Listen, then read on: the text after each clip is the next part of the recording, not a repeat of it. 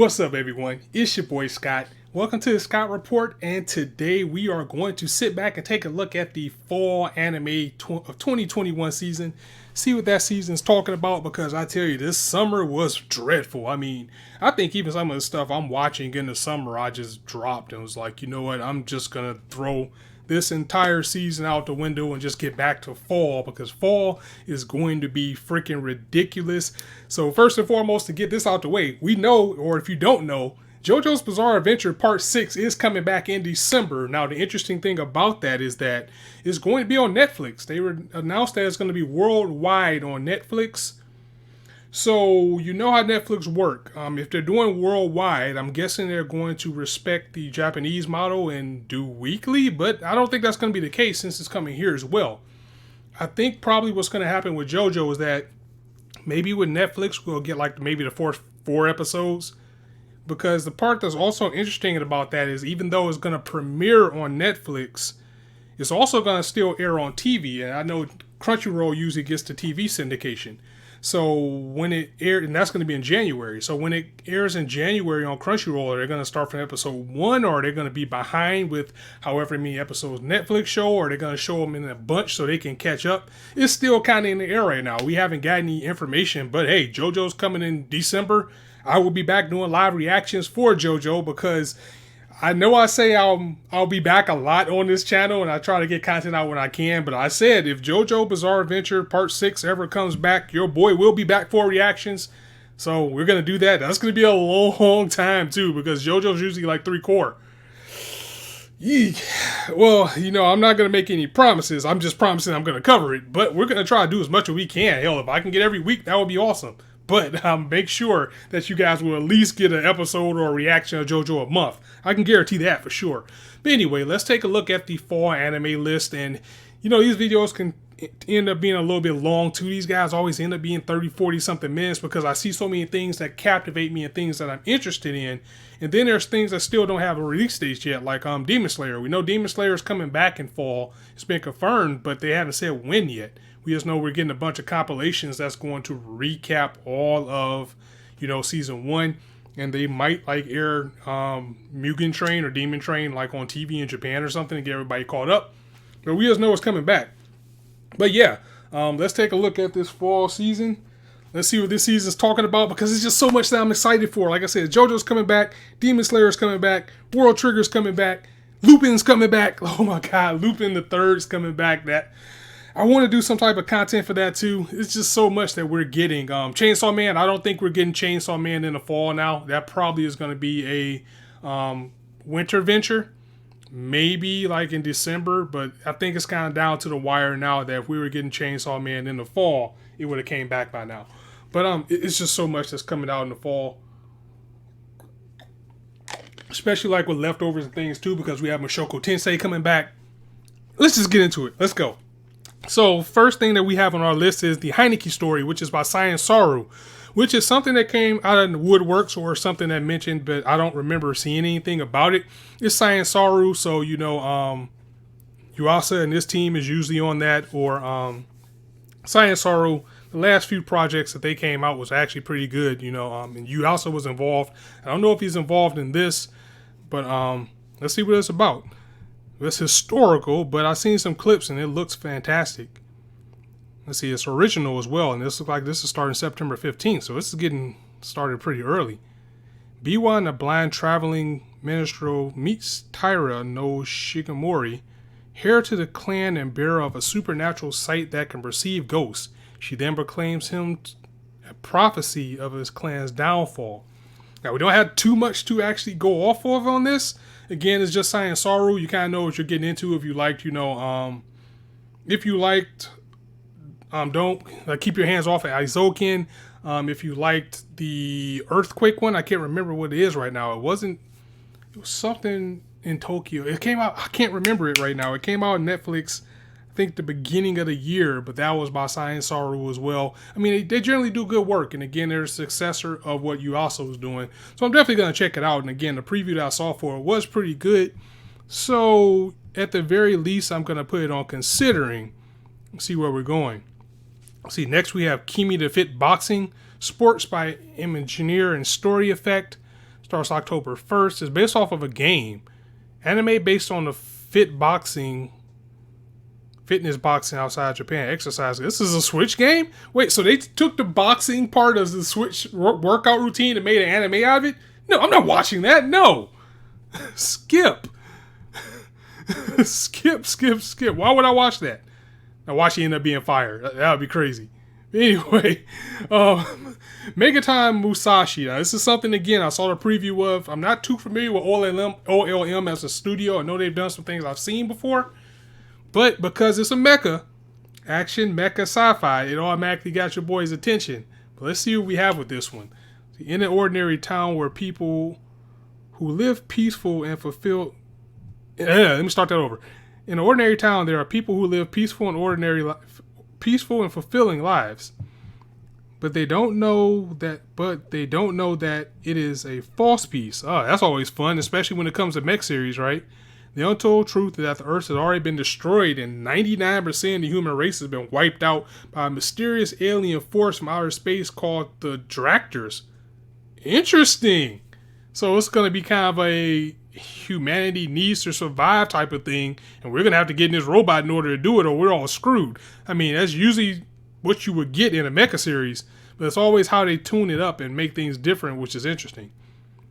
Eventually, a large hole was drilled into the earth and terraformed into a suitable environment for the aliens to live in. Humans had no choice but to hide in shelters to escape their watchful gaze. Waiting for the day of resurrection, which they do not know when it will come, the inhabitants of the shelter Zaya have had their memories of the day of destruction erased and live a normal life in ignorant bliss. Oh, so they don't know that humanity's destroyed, aliens taking over everything. So that's interesting as well. However, some of them, the chosen ones, have become pilots driving giant robots called Rogue, and fighting against aliens. Today, another new pilot is selected. All right, let's go. Again, when you're dealing with a mecha series, this whole story, this premise and everything isn't anything you haven't seen before, but it's always so good. So, they can always fumble the bag on it, but it's just going to depend on how it goes out. Definitely looking forward to Megatime Musashi. Restaurant Another World 2. I didn't finish the first season. So OLM is doing them as well. I heard that name before, and I'm pretty sure they did something I've been watching recently. I just don't remember what it was. So I'm not watching that, so I'm going to have to go past it. Dingy Meets Girl, Slice of Life by Linden Films. That's a short, so I'm not going to watch that. Let's Make a Mug 2 second cleanse. Sounds like it's a second season anyway. Oh, it is. It's probably not something I will watch. Third season of Yuki Yuna as a Hero. Not watching that because it's season 3 and I haven't seen season 1. Yashahime, second season, starting October 2nd. Something that is a little bit disheartening because I was kind of disappointed by Yashahime and end up dropping it. More like I'm going to watch it like probably when it's done or something. I mean, this is such thing as being too nostalgic and, excuse me a second. Such thing as being too nostalgic. And, it felt good to sit down and watch a series that was basically Inuyasha that had, returning cast members. It had down to the same OST for some of the scenes, or mostly all of the scenes. Seeing these characters again, seeing things in a different environment with a new lineage, but after a while just kind of fell flat. And another thing about Yashahime and Inuyasha in general, I mean, of course, we all look at it with nostalgic glasses, even though it is a great series, is very episodic. And sometimes that can wear you down when you're dealing with a monster of the week and it just feels like you're not getting anywhere. And when it's a monster of the week type of thing, but the story keeps moving is one thing. But to me personally, I just kind of felt like it was monster of the weekish and they will get back to the story after several episodes. And I don't know, I was just a little bit disappointed with Yashahime. So I won't be continuing it. Won't be watching that. But what we will be watching is 86. Because 86 Part 2 is back. Oh my God. The emotional Discord war call is back. Which has been the meme for people who don't understand the magic of this series and how great it is.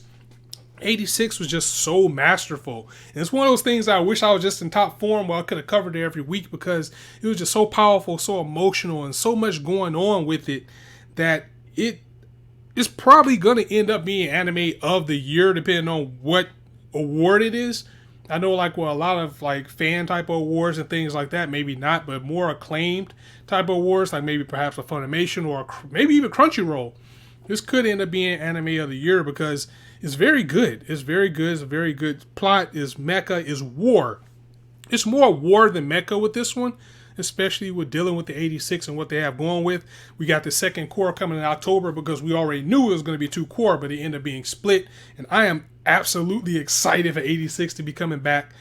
If you haven't checked it out, the best thing I can tell you is just be ready for a lot of exposition. It is a dialogue heavy series, but the dialogue that it has is so powerful and you become so attached to these cast members in 86 that can lose it at any second. I mean, it's like watching Game of Thrones. Like, you never know when you're going to lose somebody. And, yeah, it's crazy. So, without further ado, I'm definitely going to be back for 86. Mute King, the Dancing Hero. I heard some hype about this, but it's not something I'm really interested in. I mean, Tatsunoko usually does good things. Action, comedy, sci-fi. It might be one of those feel-good type of stories like Skate the Infinity. Let's see what this is actually about, because it is the original story. Starting October 2nd. Set in a city modeled after San Francisco in the 1980s, the protagonist has transformed into the hero Mute King and is fighting against evil aliens for some reason. Such a cheerful hero will return. Sci-fi hero, love, comedy, Mute King, dancing hero, singing and dancing with pop music. Alright, so it seems like it's really going to kind of be like an idol thing with superheroes. I will check it out. If anything, it seems like it's probably going to be fun. But just off of this, I don't know if it's enough to grab me. Of course, you can never, go by descriptions, because let's just think about all the bad descriptions we got for series like Banana Fish. Watching it and end up being amazing. So you never know. Gunma-chan, no. Watcher, Piri, Magic. What, Tatsunoko out here doing more than one property? It's magic and music, not really my thing, so I'm going to bypass it. Maruko-chan by Passione. Now, this I'm actually looking forward to. Number one, Passione usually does darker types of series like Higurashi.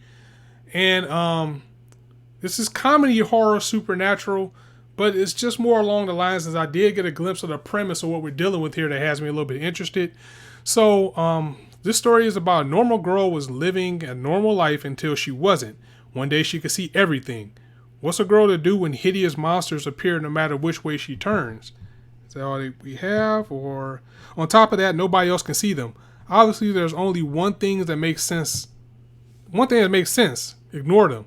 Kind of hard to put theory into practice, though, when the ghost knows she's watching. So, yeah, I saw a glimpse about this, and it was kind of like how they were selling it is like it's hard enough being a girl in high school and kind of being a little bit like shy, quiet, or outcast. But when you're that type of person in high school and now you're seeing ghosts too, yeah, that's just not going to be a fun time. So, October 3rd, this is actually a pretty good series to have in the fall because of Halloween.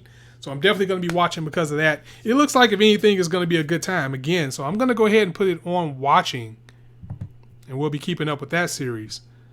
The Night Beyond the Tricorner Window by Zero G. I mean, the art looks good. Drama, mystery, shonenai. Not really my thing, so I know everybody's probably going to be raving about it. But if it's good, I'll watch it. I mean, technically, Banana Fish is shonenai. But hey, let's see what it's about.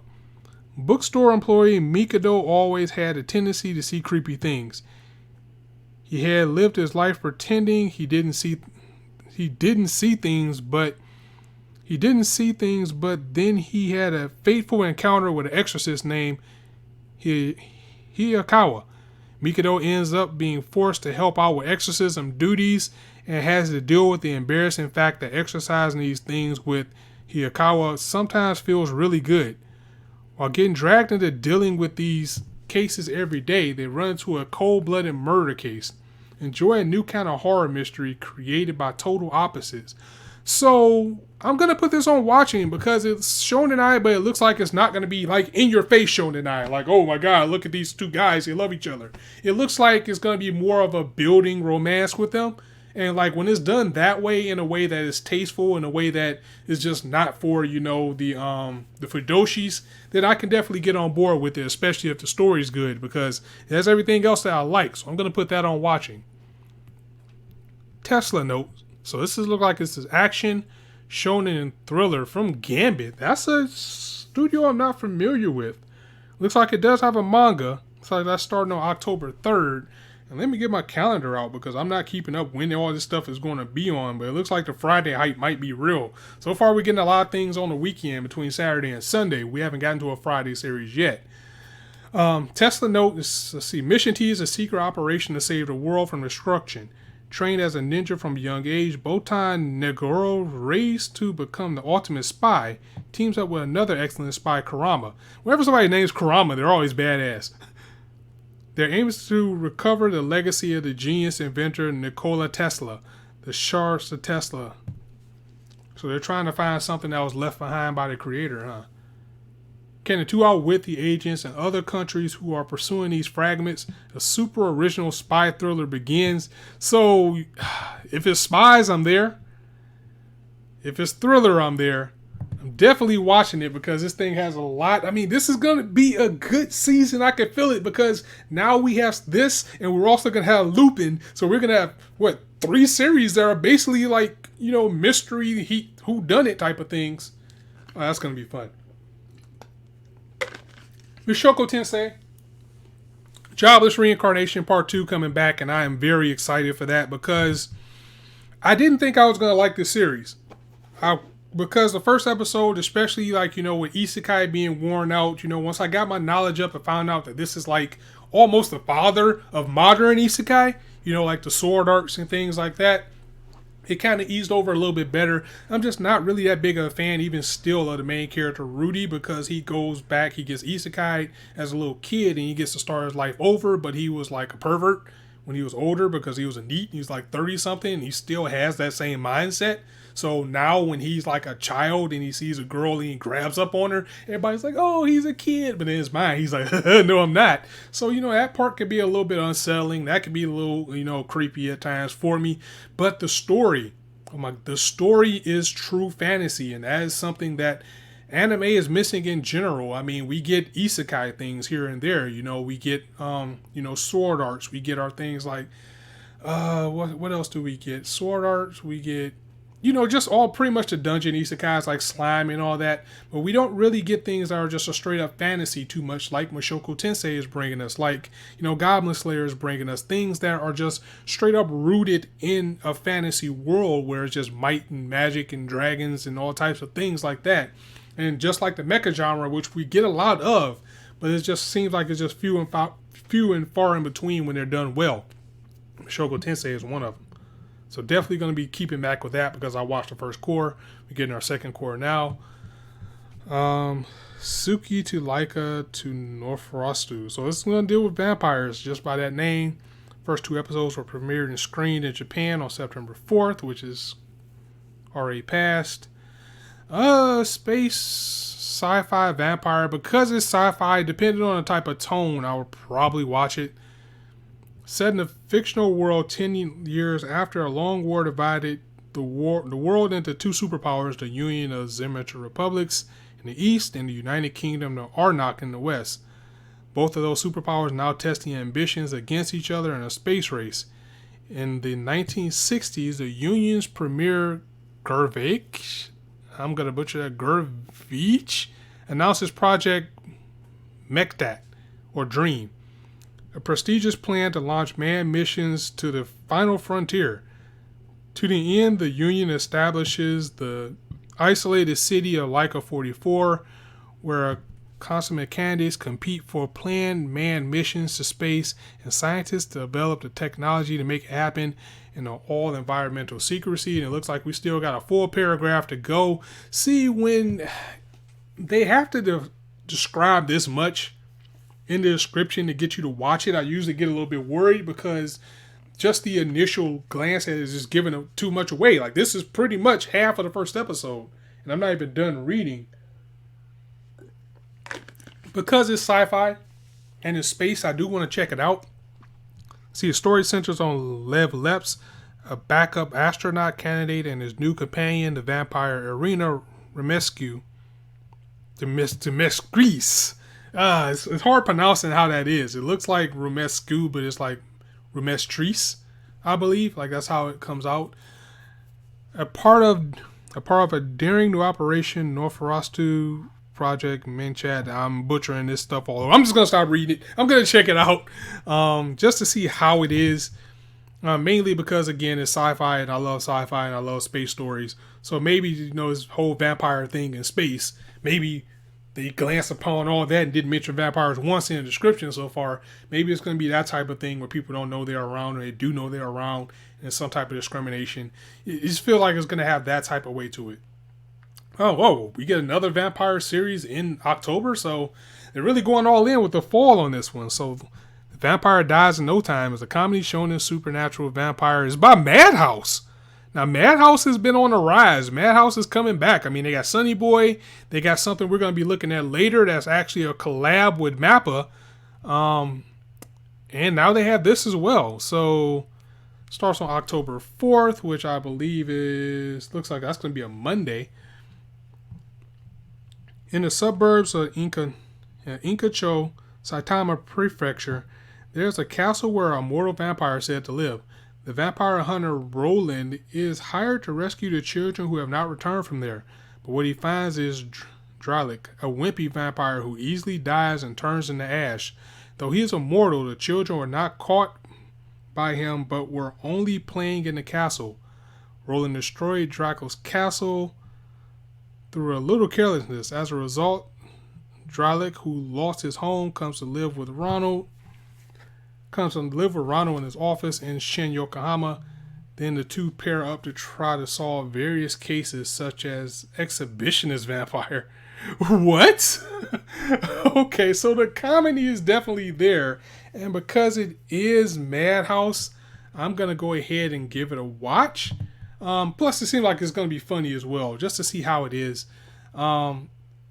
Yeah, so Madhouse is coming back in a strong way. But yeah, The Vampire Dies in No Time. We're definitely going to be checking that out. Put it on a watch list. I mean, just the description gave me a little bit of a chuckle, because it seems like it's going to end up being funny. And we need some comedy. I mean, it's going to be fall. It's Halloween time. Of course, we're going to have some fun with that. So the next one is something else that I'm very excited for, because it's by Sunrise. It's called A-Main Warrior at the Borderline. It's action, mecha, sci-fi. And I'm already there. I'm about to get the model kit for it. Even if I don't end up liking the series, I'm going to get a model kit. It's an anime original, Sunrise original. And when it comes to mecha, Sunrise rarely misses, if at all, when it comes to a mecha series. And, when I was watching the preview of this one not too long ago, it kind of felt like Iron Blooded Orphans in a way, like with the music composition and things like that. But let's see what this series is about. I mean, I'm going to put it on watching anyway because it's mecha, so I'm going to watch it. And it has model kits already, so Sunrise is putting some money behind it. In the year 2061 AD, Japan has lost its sovereignty. Yeah, the Japanese people spend their days as oppressed citizens after being divided and ruled by the four major trade factions. The country became the forefront of the world following the deployment of A-MAIM, a humanoid special mobile weapon by each economic bloc. That's supposed to be block. One day, Amo Shiba, a boy who loves machines, of course, meets Guy, an autonomous thinking AI. The encounter leads Amo to cast himself into battle to reclaim Japan, flying the A-Maim Kenbu that he built himself. Again, there's only so much you can do with the mecha genre. Most of the time, it's always about a kid who's like a whiz kid who finds a robot and then he ends up getting thrown into a war. Most of the time, he's whiny about it and don't want to do it. Most of the time, he does want to do it. And looks like we got the same situation here where a kid just knows what he's doing with these robots. He's going to get involved in a war. He's going to build this thing himself. And just with the premise and the plot behind it, it does kind of feel like Code Geass. Seems like it's going to be like a power struggle between, countries who have everything and countries who have nothing and just have to be under their foot until they can rise up. So I'm very excited about it. Again, looks like Sunrise is definitely putting a lot into it. As much as I would like a new Gundam series, as long as they're giving me solid mecha, then I'm A-okay with that. Chick Clip Dancer. What the hell is that? Slice of Life. It looked like it's been around before. I'm not going to watch it, but... Okay, Tact Op. Destiny. This, I'm just going to automatically put on watching because it is an anime by Mappa and Madhouse together. Starting October 5th, so it looks like that's going to be some Tuesday hype. And, yeah. I mean, I don't even need to read it. I mean, it's Mappa and Madhouse working together on a fantasy, action, and music series. So let's dive in and see what it's actually about, though. The world completely changed when it was struck by a black meteorite which produces grotesque monsters called D2 that have overrun the land and its people. D2 quickly banned all music, which was one thing able to overcome them. But there are people who resist D2. There are young women who hold the power of music, the music heart. With the guidance of a conductor, these young women use the greatest music scores in human history to defeat monsters. The anime takes place in America, so I'm pretty sure that I probably will want to watch it dubbed, but I'm going to watch it however it comes out. It takes place in America in the year 2047, which is falling to ruin thanks to D2. Tact, a conductor, is partnered with a musical card named Destiny Tact, yearns for music to be returned to the world, and Destiny wishes to destroy the D2. Their aim is to travel to New York. So this sounds like that one anime that we got not too long ago called Listeners, but hopefully it's a lot better because it seems like that was going to be good at first and then it just kind of fell to the wayside. But again, we got Mappa and Madhouse on this one, so we're going to watch it just for that. Yeah, I'm definitely hyped for this one, so that's going on to watch automatically. That's probably one I'm going to be raving about. I can kind of feel that already. So next we have Banished from the Hero's Party. I decided to live a quiet life in the countryside. Light novel. Of course, it's light novel with that long ass title. Adventure, fantasy, slice of life from Wolfbane to Studio Flad. See, you aren't really one of us. Unable to join the fighting on the front, the hero Red is cut and cast out of his adventuring party by the leadership. Man, it's rough going. It was rough going for a while there. Red has no idea how much of a panic his sudden absence has caused. He has been exceedingly working towards opening his own life herb shop. This is making me gloss over already. It just seems like it's just going to be, okay, he got isekai'd into another world and he's just going to live a regular life until he doesn't. I'll put it on considering. It might end up being a sleeper, but it's just not something that grabs me right away. Nor is this. I'm not watching that at all. Komi Can't Communicate. Now, this is something that I've been hearing a lot of good things about. I know a lot of people are excited about it. Comedy School, Shonen Slice of Life, kind of has a silent voice feel to it, but a little bit more lighthearted because I think we're dealing with a girl, if I believe she can't speak. I think so. But we're going to find out. Socially anxious high school student Shoko Komi's greatest dream is to make some friends, but everyone at school mistakes her crippling social anxiety for cool reserve. Okay, so she's just an extreme introvert, which I can completely understand. So to see her want to be popular, but she can't because it's just kind of like it's just not in me. This is pulling me in already, and I already know everyone's gonna love it. With the whole student body keeping his distance and Komi unable to utter a single word, friendship might be forever beyond her reach. So to see her come out of her shell and actually grow and become this person that just gonna be better and, to find love and all that, this just type of thing is gonna pull you in. And this already, just from what I've seen, from what people are said about it, about the type of things that we are getting from the description, is anime of the year on it already. So Komi Can't Communicate is definitely something I'm looking forward to. Looks like it's going to be on a Wednesday, October 6th. So I'm definitely watching that. I mean, if I can mark that twice, I would. Alright, so what do we have next? Love Alternative. I think that is like a sequel series. I think. Action, drama, mecha, military, sci-fi. I mean, I've heard about it before. It might be something I'm interested in. I'm going to read the description. I'm going to put it on watching, see if I like it or not. A story of bonds between those who fight in a world pushed to its limits. When one of the countless parallel worlds that exist throughout space and time, humanity has fought a decades-long war against the Beta. Oh, come on, move. Hostile extraterrestrial invaders using humanoid fighting machines called tactical surface fighters. This is a story of how humanity lives and dies while on the brink of extinction. Now, this is a visual novel. So, this is like Fate Stay Night, and things of that nature, Steins Gate, where it's already material out there. So it's going to be a matter of how well this gets adapted. And of course, people who are already familiar with the source will have to put me up on that.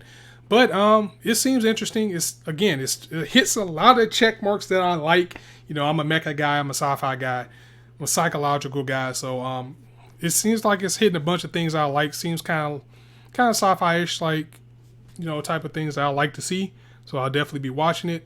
Sakugan, again, another mecha. Again, we're getting a lot of mecha anime as of late. I know a lot of people were saying mecha were dead. I mean, it wasn't exactly dead as a franchise or a genre. It's just dead of good ones. So Sakugan, I think I seen like a little preview of this back when the Crunchyroll Expo was going. And it's by Satellite. They usually do pretty good work. So let's see what this is about. I'm going to put it on watching because, again, it's mecha and it's sci-fi, which we're getting a lot of this season, it seems like. Even more so than horror, maybe.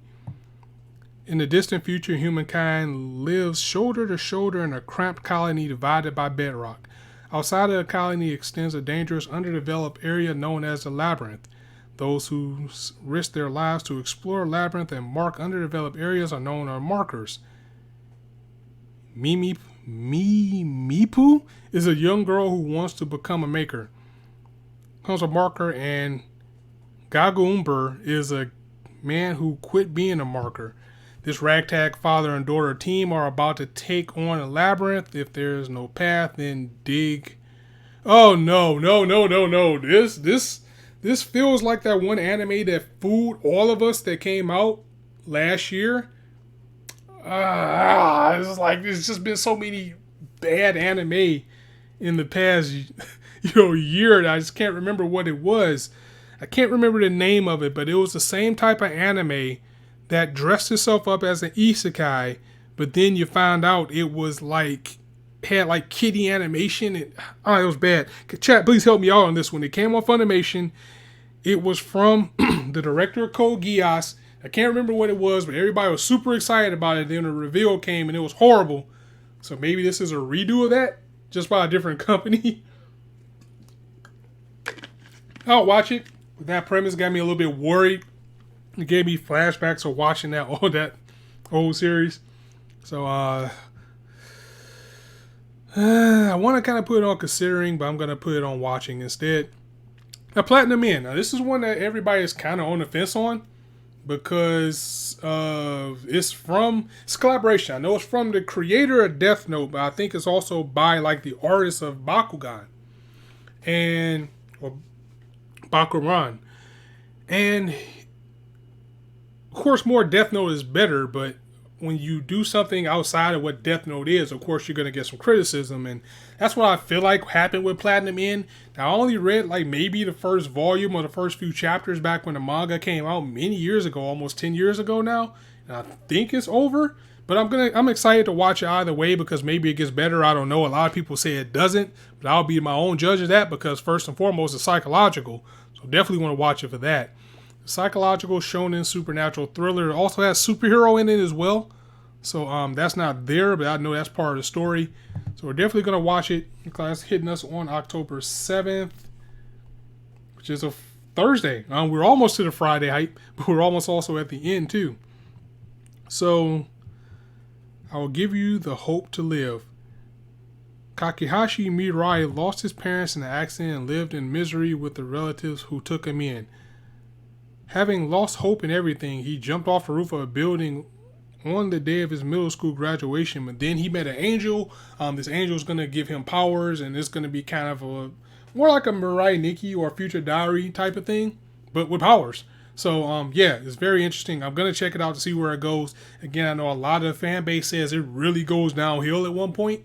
So we'll just have to see where it goes from there. World in Harem. Now, I'm not really an etchy guy, but I did watch the preview and it looks pretty good. So I'm going to check it out just to see what it is. We'll just leave that at that and see where it comes. And we still got a lot to go. I mean, I'm only about halfway done with this list. This is how loaded the fall season is. And especially after being so starved in the summer. All right, so visual prison, music, supernatural, vampire. I'm gonna skip that. Let's just get to, because this is running kind of long already. Let's just get to the things that I know I'm watching right now. Now, Farewell Paladin. This does seem like something against adventure and fantasy. Whenever something looks like true fantasy, I always want to give it a fair shake. So let's see what this is about. In the ruined city of the dead, far from human civilization, lives a single human child named Will. He is raised by 3 undead: Blood, the heroic skeleton warrior; Mary, the ladylike mummy priestess; and Gus, the crotchety ghost wizard. The three of them teach the boy what they know and pour their love into him. One day the boy begins to wonder, who am I? Will uncovers the mysteries of the undead hidden in this faraway land. He learns of the love of mercy of good gods, as well as the paranoia and madness of the evil gods. And once he learns it all, the boy embarks on the path to become a paladin. So again, this sounds like just straight up fantasy, coming on September 9th, which is a Saturday. So yeah, this seems like something that's going to be more of a throwback. Again, something that's straight up fantasy. It's not isekai. It's just a fantasy world where we're in, and we don't have to worry about this person is trying to go home or other players or things like that. So I'm automatically interested. Looks like it's coming from Children's Playground Entertainment, which I haven't heard of. But we're going to move on to the next one, which is Lupin the Third Part 6, which you guys already know that I'm watching, and I cannot push Lupin the Third enough. I have a video on why you should watch Lupin. I'm always talking about Lupin the Third. It's part of my growing up with anime, and if you like heist series, if you like things like Ocean's 11, if you like The Great Pretender, which came out on Netflix not too long ago, you need to be watching Lupin the Third, because that genre, a lot of things that are in the media as far as being thieves and Robin Hood type of characters, there are a lot to this story. The legendary story of our son Lupin. So Lupin the Third Part 6 coming October 9th. I didn't expect to get a Part 6 this quick. I know Part 4 and Part 5 had a little bit of gap, and then it's Part 5 ended what 2019? So that was pretty interesting that we're getting this so quick as well. And this one is taking place in England this time, if I remember from seeing from the trailer. I mean, the name speaks for itself, but for some reason, if you don't know the story of Lupin III, his name is Lupin III. He is a gentleman thief whose grandfather was the renowned phantom thief Arsène Lupin. So yeah, Persona, this is where it came from. Not Lupin, the actual literary novel for Arsène Lupin. And this is kind of the same thing. But if you heard that name before, that's where the legend comes from. When it comes to the art of thievery, there is nothing Lupin cannot steal, whether it be jewels, works of art, hidden treasures, the secret to immortality, or the heart of a pretty girl. Lupin's partners are Daisuke Jigen, a great gunman; Goemon Ishikawa, a master swordsman; Fujiko Mine, who's basically Catwoman, a devilishly clever femme fatale. There's Inspector Zenigata, a relentless ICPO whose officer consumed with obsessive desire to apprehend a masterful thief. Part 6 unfolds with the theme of mystery, with Lupin and the gang thrown into a modern age. What could be their next target? So looks like once again it's probably going to be concurrent with Part 5. Part 4 and Part 5 brought the series into the modern world, with Lupin using smartphones and technology, because things before that were in the 90s, 80s, and beyond. So we bring him to the 2010s and 2020s now with more modern technology, kind of like a soft reboot, because the older things still count. I remember in Part 5, they actually had flashbacks to older episodes, but just bringing it to a modern world, and I'm super excited. Let's see what else we got. My senpai is annoying. I'm going to pass on that. World Trigger, I'm definitely going to be watching that. I feel like I'm one of the only people that still watch World Trigger or even gave it a chance.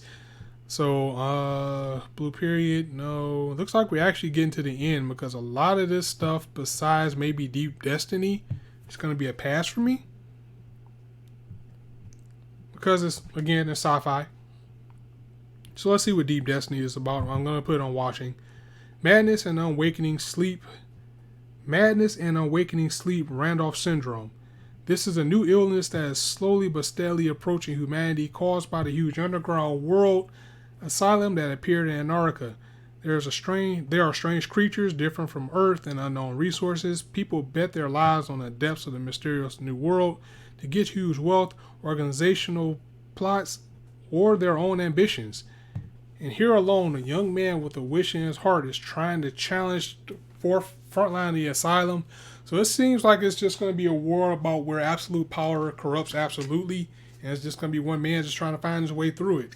And just a strange thing going on. Like this disease taking people out. It's going to be sci-fi. I definitely want to check it out and see what it's about. Alright, so yeah, I think we're coming to the end as far as things I am watching here. It looks like the world's finest assassin gets reincarnated. I kind of considering that. Blade Runner, that's another thing. Like I might watch it, but I'm not that excited for it. And of course, we talked about Demon Slayer at the top of the video. So I'm gonna go ahead and end it here, guys. Again, I think the biggest thing, if you're gonna see any content from me, for sure, it's gonna be JoJo's Bizarre Adventure Part 6 in some shape, form, or fashion, no matter how they decide to do it. I really want to do content for Lupin, and I think I would do Lupin and a Maim, Warrior at the Bloodline. Those are things off the top of my head, but I'm going to be following everything that we went through. So as a recap, we could take a look at the things I will be watching this fall, for sure, which would be Megaton Musashi, 86, which is a leftover, Maruko-chan, The Night Beyond the Transcolored Window, Tesla Note, Michoko Tensei is another leftover, Suki to Laika no Norfarastu. I know I butchered that. Vampire dies in no time, so 2 vampire series. A Maim, of course, because it's mech. Tac Op, which is the one I have the most expectations for because of the studios behind it. Komi Can't Communicate. That's probably my second most anticipated anime of the fall season because I just heard it's just so good. So now that it's actually getting that adaptation, it's going to get more and more popular. So I'm excited to see where that goes. Love, Sakugan. I'm going to put Sakugan on considering. I don't know if I want to watch that just because I've been burned before by that one anime. Platinum End, because again, just going off of the mangaka from Death Note. So now we get something else from that. That's getting to watch no matter what. World's End Harem, just to be a little bit sleazy and to see what else about. Of course, we're watching Lupin. Faraway Paladin might end up being a sleeper. And Deep Destiny. So yeah, that is of course, Demon Slayer. So that's the fall season in a nutshell. Again, it looks like we got a lot to unpack here. It's definitely more to watch than it was in the summer. So I will see you guys then. Let me know what you guys are looking forward to. I know it's a lot of things that I kind of blasted through because, again, I didn't want to take too much time on these videos. But at the same time, I didn't want to edit, one just of what I'm watching because that probably would have took just as long. So I kind of streamlined it to just what the things that I know for sure that I'm going to be watching instead of going through everything, whether I'm going to watch it or not. But it's a lot that I'm excited for. Guys, let me know what you're excited for in the fall as well. And of course, if there's something on here that I missed that you're like, hey, Scott, I think you really need to give this a chance, then definitely let me know and I'm going to check it out. And I'll be posting on Twitter what I think about it, if not a video, because I am trying to get back to the weekly news or more of a podcast type of thing when I finally decide what I want to do moving forward with the channel. I kind of feel like at some point I do want to do more of a weekly or maybe a monthly update of everything I'm watching. But that will be more along the lines when I get things more in order and situated. And I will say once again, if it's anything that you're going to get from me out of fall, it's going to be JoJo Part 6. So definitely be there for that. And I cannot wait to see you guys then. I'm going to go ahead and get up out of here. So as always, if you guys like the video, go ahead and drop it a like. And if you want to hear more, go ahead and hit that subscribe button. And also hit that bell so you'll know when I drop the video. And as I always say, you guys can be anywhere on YouTube right now. But you chose to listen to me. I really appreciate that, so thanks for stopping by. On that note, it's your boy Scott signing out. See you soon.